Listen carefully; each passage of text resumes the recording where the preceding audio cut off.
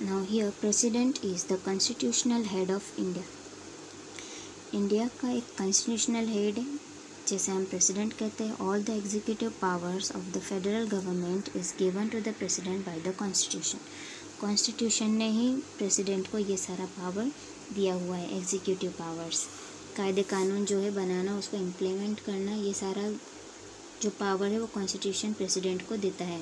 All the administration of the central government is carried out in the name of the president. He is the head of the nation and the first citizen of Republic of India.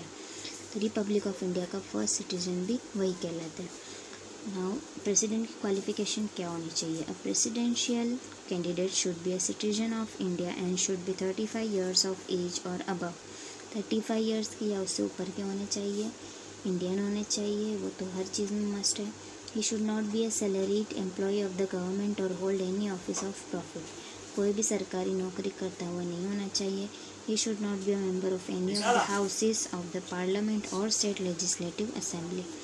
किसी भी legislative parliament का कोई भी house का member नहीं होना चाहिए.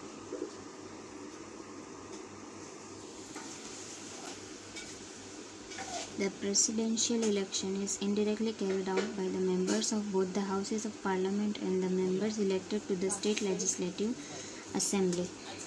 members जो है वो state legislative assembly से इलेक्ट किए होते हैं और दोनों houses के लोग जो है वो presidential election जो है indirectly carried out करते हैं. A president is elected for a term of 5 years and he can contest the election after the completion of his term. When the president is in power, neither criminal case can be framed against him or nor an order of arrest or imprisonment can be issued. तो जब president power में होता है तब उनके खिलाफ कोई भी क्रिमिनल केस नहीं दे सकते हैं, ना ही कुछ can be frame against him, और कोई भी ऑर्डर या अरेस्ट का ऑर्डर भी नहीं दे सकते, और कुछ भी तरह का यानी उनके अगेंस्ट कुछ भी नहीं कर सकते. Functions and powers. He appoints the leader of the party.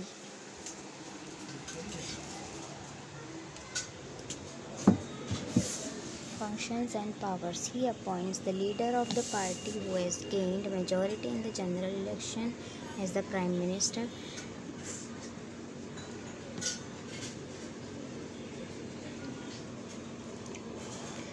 Then with the consultation of the Prime Minister, he appoints the other ministers of the cabinet. तो पहले तो वो प्राइम मिनिस्टर को चुनते हैं, ठीक है. प्रेसिडेंट जो होते हैं वो अकेले तो पूरा कामकाज नहीं देख सकते ना, तो वो पहले प्राइम मिनिस्टर्स चुनते हैं और उनके बाद प्राइम मिनिस्टर की हेल्प से वो सारे कैबिनेट के मेंबर्स को चुनते हैं.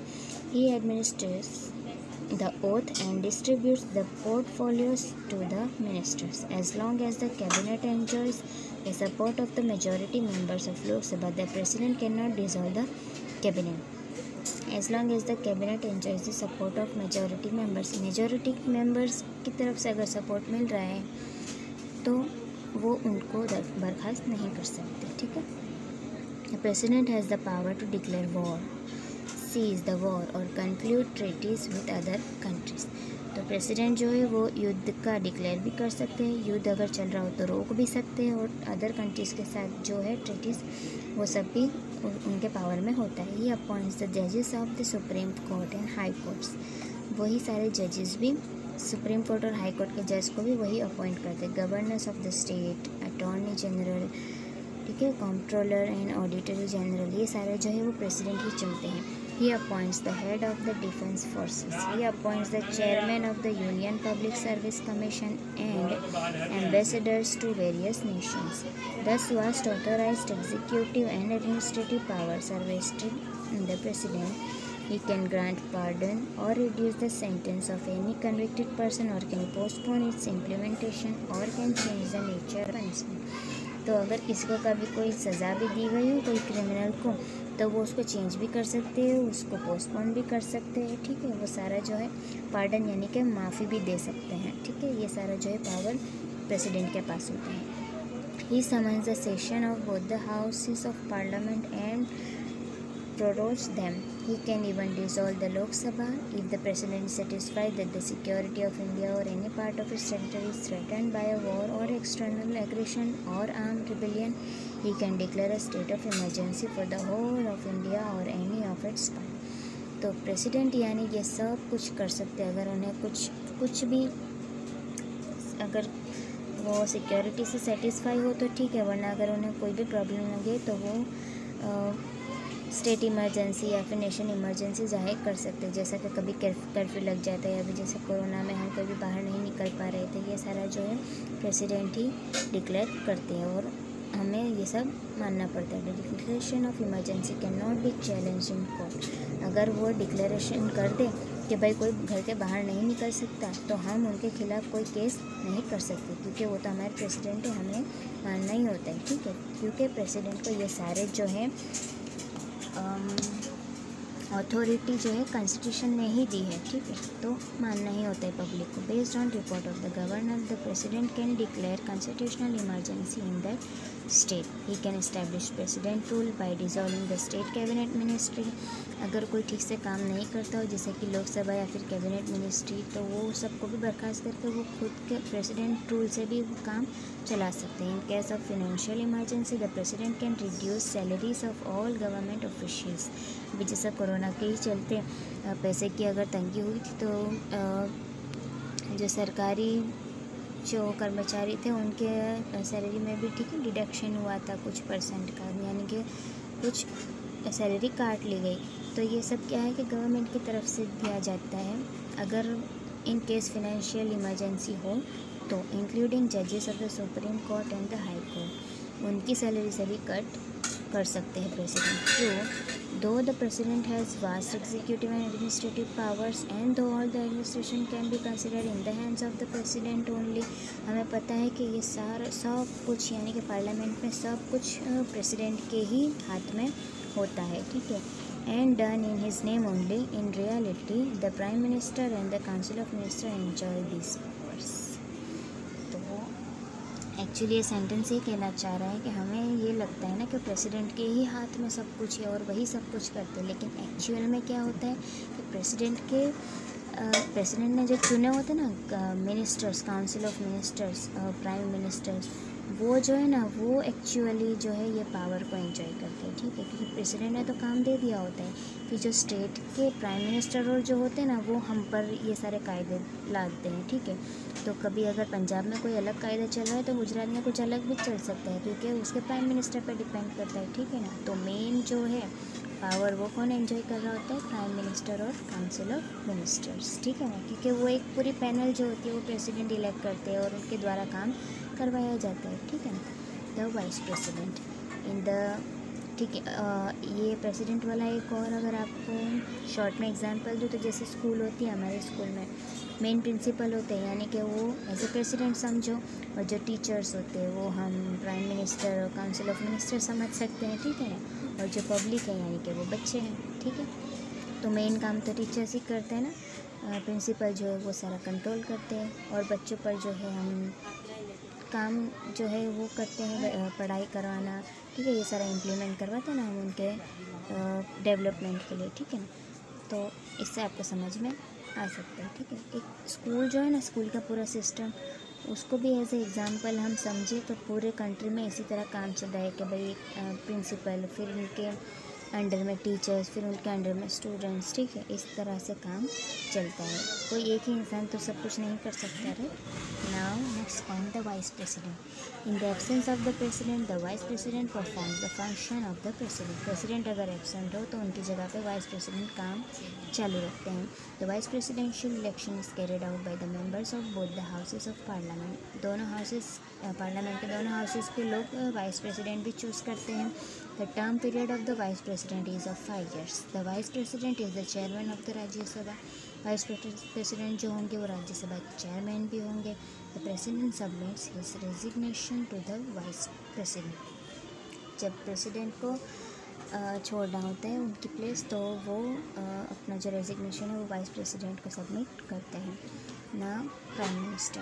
The prime minister is the real head of the central government. The Prime Minister is the head of the party who has achieved a majority in the general election. तो हमें election की process पता है, ठीक है ना। तो जो इलेक्शन होता है ना उसमें मेन चीज़ क्या है ना, वो पार्टी का जो होता है प्राइम मिनिस्टर वो हेड होते हैं, ठीक है, उस पार्टी से कि जो पार्टी ने जनरल इलेक्शन में मेजॉरिटी हासिल की होती है। He is appointed formally by the president. The ministers to the cabinet are appointed as per the council of the prime minister. He distribute the portfolios any minister either to be taken left or continue in the cabinet decided by the prime minister. He presides over the meetings of the cabinet and also looks after the functioning of various departments of the cabinet. He takes pivotal decisions. The prime minister is the head of the planning commission, which is now known as policy commission. तो prime minister जो है ना वो formal president की तरह काम कर रहे थे। जो काम प्रेसिडेंट कर रहे होते हैं ना वही प्राइम मिनिस्टर कर रहे होते हैं, ठीक है। वो प्लानिंग कमीशन जो है उसे हम पॉलिसी कमीशन भी कहते हैं। There are 3 level of ministers under the prime minister, the cabinet minister, the state minister and the deputy ministers. The prime minister should be a member of any one house of the parliament, या तो लोकसभा या फिर राज्यसभा, दोनों में से किसी एक का मेंबर होना चाहिए। The minister are individually responsible for the ministries and departments. उन डिपार्टमेंट में जो भी होता है उसके जो मिनिस्टर होते हैं वही उसके जवाबदार होंगे। The council of ministers is collectively responsible and accountable to the Lok Sabha. If the Lok Sabha reject the policy of the government on a particular issue, it is not only the responsible minister for that subject, but the whole council of ministers must accept the responsibility and resign. तो अगर लोकसभा के द्वारा कुछ reject किया जाता है कोई policy of the government किसी पर्टिकुलर इश्यू पर, तो ऐसा नहीं है कि सिर्फ एक मिनिस्टर को जॉब छोड़नी पड़ेगी, बल्कि पूरी कमेटी उसके लिए जवाबदार होगी और पूरी कमेटी ही चेंज करनी पड़ेगी, ठीक है। द स्टेट एग्जीक्यूटिव, उसमें हम देखेंगे the governor is appointed by the president of India on the advice of the council of minister headed by the prime minister. तो काउंसिल ऑफ मिनिस्टर जो है वो प्राइम मिनिस्टर हेड करते हैं और प्राइम मिनिस्टर जो है वो प्रेसिडेंट को एडवाइस देते हैं कि गवर्नर को अपॉइंट किया जाए। The president can appoint a person as the government of more than one state. एक स्टेट से ज़्यादा के भी गवर्नर जो है वो प्रेसिडेंट चूज़ कर सकते हैं। Any citizen of India who is 35 years of age और above may be appointed as the governor. तो कोई भी इंडियन के जो 35 साल या उससे ऊपर के हैं वो एज अ गवर्नर अपॉइंट किए जा सकते हैं। The term of the governor is for 5 years. इनके भी जो है 5 ईयर्स की होती है। However he holds office during the pleasure of the president and can be removed from office even before the expiry of his term, और he can also be transfer to any other state as the governor. काम के दौरान वो governor को एक state से दूसरी जगह पे ट्रांसफ़र भी किया जा सकता है। The governor is the constitutional and formal head of the state. उस स्टेट के फॉर्मल हेड होते हैं बंधारण के हिसाब से जो है governor. All executive powers of the state government are vested in him. He appoints the chief minister who has a clear majority. He also appoints other members of the council of ministers on the advice of the chief minister. He appoints the advocate general, the chairman, the members of the state public service commission. He is consulted by the president of India for the appointment of judges of the high court. तो ये सारा काम जो है वो governor करते हैं। The governor has significant legislative powers. He summons and prorogues the session of the state legislature. He can dissolve the state assembly before the expiry of its full term. He can also issue ordinances. A bill passed by the state legislature can become a law only after the governor assents to it. तो legislator के द्वारा state legislator ने अगर कोई bill pass किया हो तो governor जब तक साइन ना करे तब तक वो कायदा नहीं बन सकता। The position of the governor in a state is similar to that of the president at the centre. तो जिस तरह पार्लियामेंट में प्रेसिडेंट की पोस्ट होती है उसी तरह स्टेट में गवर्नर की पोस्ट होती है, ठीक है ना। जैसे हमने देखा कि पार्लियामेंट में अगर प्रेसिडेंट साइन ना करे तो वो बिल एक्ट नहीं बनता, इस तरह स्टेट लेवल पर भी अगर गवर्नर साइन ना करे तो वो बिल एक्ट नहीं बनता। His powers are actually exercised by the Council of Ministers headed by the Chief Minister, but the Governor can exercise certain powers independently also. तो गवर्नर के जो काम है वो यानी काउंसिल ऑफ मिनिस्टर्स और ये सब के द्वारा भी किए जाते हैं, लेकिन गवर्नर खुद इंडिपेंडेंटली भी कुछ पावर्स रखना चाहे तो रख सकते हैं। Normally the governor of a state is ex officio chancellor of all the universities of the state. A governor can belong to any political party, But after assuming his post, the governor has to perform his duties firmly and impartially. Governor चाहे किसी भी party से हो, लेकिन जब वो governor बन जाए तो फिर वो पार्शलिटी नहीं कर सकते। ऐसा नहीं कि सिर्फ एक ही पार्टी के लोगों को सपोर्ट करे, बल्कि उन्हें सबको एक ही नज़र से देखना होता है, ठीक है। Now next point, the chief minister and council of ministers. The chief minister is appointed by the governor. The governor appoints the leader of the majority party as the chief minister. If no single party gets the majority, the leader of the combination of parties constituting the majority or the leader of the largest party having the support of the majority is appointed as the chief minister. Other members of the council of ministers are also appointed by the governor on the advice of the chief minister, though the administration of the state is carried out in the name of the governor. In reality, the chief minister and the council of ministers enjoy most of the powers of the governor. तो main जो है, आपको short में अगर समझाए तो governor जो है वही चीफ मिनिस्टर को अपॉइंट करते हैं, और ये जो अपॉइंट करते हैं ना, उन्हीं के द्वारा काम चलता रहता है। तो मेन तो जो है ना, वो चीफ मिनिस्टर्स और ये सारे ही जो है इस पावर को एंजॉय कर रहे होते हैं। एंजॉय मीन्स के काम कर रहे होते हैं, ठीक है।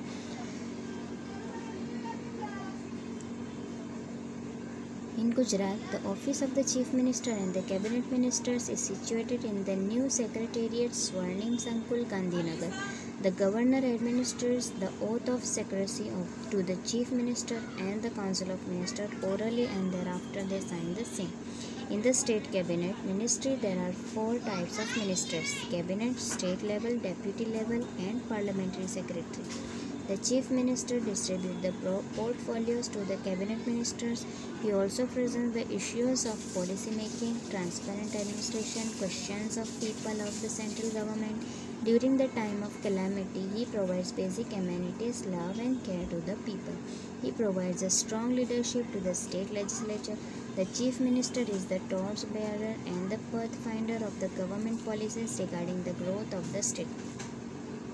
ये सारा काम जो है चीफ मिनिस्टर करते हैं। काउंसिल ऑफ मिनिस्टर, गवर्नर का जो पूरा काम है ना, वो गवर्नर यानी इनको अपॉइंट करते हैं, इनके द्वारा जो है काम आगे चलता रहता है। एडमिनिस्ट्रेटिव सिस्टम यानी कि एडमिनिस्ट्रेटिव एग्जीक्यूटिव। एडमिनिस्ट्रेटिव यानी कि जो लिखाई पढ़ाई का काम काज है, पूरा सिस्टम कैसे चलना, वो पूरा मैनेजमेंट जो होता है उसे हम एडमिनिस्ट्रेटिव सिस्टम कहते हैं। The political executive frames various policies in different fields. The detailed and efficient implementation of these policies is done by the administrative executive. कौन सा कायदा किस तरह इम्प्लीमेंट करना है, किस तरह अमल में लाना, वो सारी पॉलिसीज़ जो है वो एडमिनिस्ट्रेटिव सिस्टम बताता है। The administrative executive advices and guides the state executives in the matters of policies. तो ये जो है उन्हें गाइड भी कर सकता है स्टेट एग्जीक्यूटिव्स को। It provides required information and figures, however the political executive is not bound to follow the advice of it.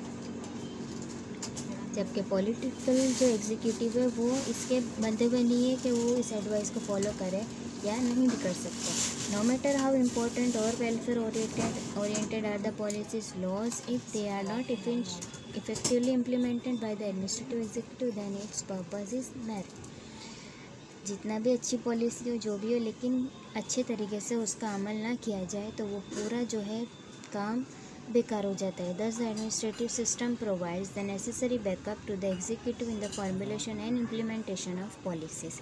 Expert and professionally efficient and experienced public servant in the field of foreign relations, defense, security forces, international trade and commerce, nuclear energy, energy production, distribution, banking, insurance, foreign exchange are the backbone of the government. ये सारा जो है वो government के backbone है, ठीक है। Collector is appointed as an administrative head at district level and his office is at Zila Seva Sadan. There expertised knowledge, administrative insight, broad experience, prediction, administrative efficiency help them to carry out the administration effectively. जैसा कि हमारे भी pandemic में corona के related में भी जब भी कुछ हुआ है तो कलेक्टर के मैसेजेस हमने बहुत बार सुने हैं, ठीक है ना। तो ये सब जो है उनके हाथ में पावर होता है कि पब्लिक को कौन सा कायदा किस तरह बताना और किस तरह उस पर अमल करवाना, ठीक है। From the organs of the government the state executive acts as the brain behind the welfare of the people, whereas the administrative executive is like the limbs.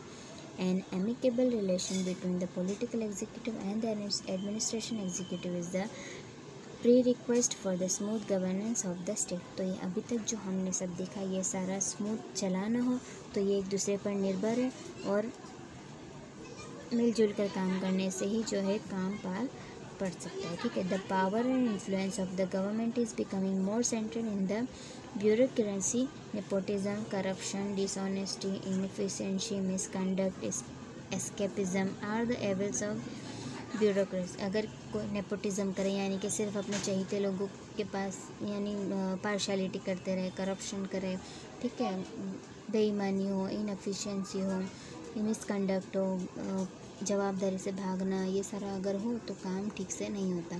So to control such evils Lokpal और Lokayukta is needed.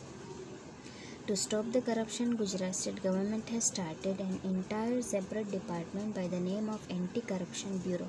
तो ये सारे जो corruption है उसको रोकने के लिए गुजरात स्टेट ब्यूरो बनाया हुआ है। It's toll free number is 180023344444। People can contact the number two file there complaints. तो हमको अगर कुछ भी कंप्लेन हो गुजरात के लोगों को तो इस नंबर पर कॉल करके हमारी जो भी कंप्लेन है वो हम बोल सकते हैं। घर की कंप्लेन नहीं है, ठीक है। Political stability is expected from the administrative system as there is a government comprising of different political parties. The administrative system helps to excel the development of the government by implementing various developmental schemes and programs।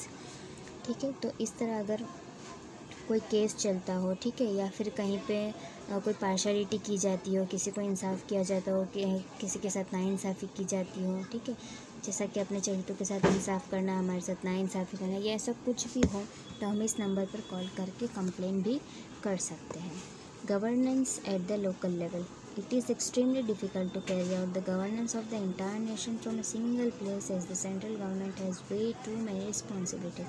तो एक ही place से पूरा control करना possible नहीं है क्योंकि लोग ही कितने हैं और लोगों की प्रॉब्लम्स भी कितनी होती हैं, तो उसे अलग अलग डिवाइड किया गया है सारी जवाबदारी को। The power is decentralize with the objective to timely solve various problems, needs, expectation and aspirations of the people. By decentralizing the power, the administration can be carried out easily and effectively। तो अलग अलग हिस्सों में बांट देने से काम जो है बढ़ जाते हैं और इस तरह स्मूथली काम हो सकता है। At the local level, the Institute of Local Self-Governance have emerged when the administration of a village, town or city is carried out by the representative of the people elected by the locals in the local institution। Then such organizations are called institutes of local self-governance। For administrative efficiency of geographical regions, the responsibility and functions of the government are divided to the local organizations। Similarly, the municipality, municipal corporation are the institutes of local self-governance of urban area, and for villages one can find gram panchayat, taluka panchayat and district panchayat. ठीक है, तो एक ही place पर यानी हर कोई नहीं जा सकता। ठीक है, तो अगर गांव के लोग हैं तो ग्राम पंचायत में जाएंगे, तालुका पंचायत में जाएंगे, डिस्ट्रिक्ट पंचायत में जाएंगे, ठीक है, और अगर शहर के लोग हैं तो वो कोर्ट में जाएंगे, पहले पुलिस केस करेंगे। ठीक है, ये सारा जो है सिस्टमेटिकली काम को बांटा हुआ है। Institutions of local self-governance give the training which is available for election, voting, duties, responsibilities, administration and ruling and opposing parties। It gives an opportunity of self-development as all the policies are implemented at the local level first। It gives a chance to improve the localness at the upper levels too। Therefore, local self-rule organizations are known as the training schools and laboratory of constitutional improvement in a democracy. तो लोकशाही में local self governance जो है वो सारी ये training देते हैं, ये सब के बारे में स्टडी करवाते हैं। इन 1992 in the entire country similar Panchayati Raj and urban institution of local self governance came into existence. तो इस तरह 1992 में ये दोनों एग्जिस्टेंस में आए हैं। नेक्स्ट पॉइंट हम नेक्स्ट वीडियो में देखेंगे।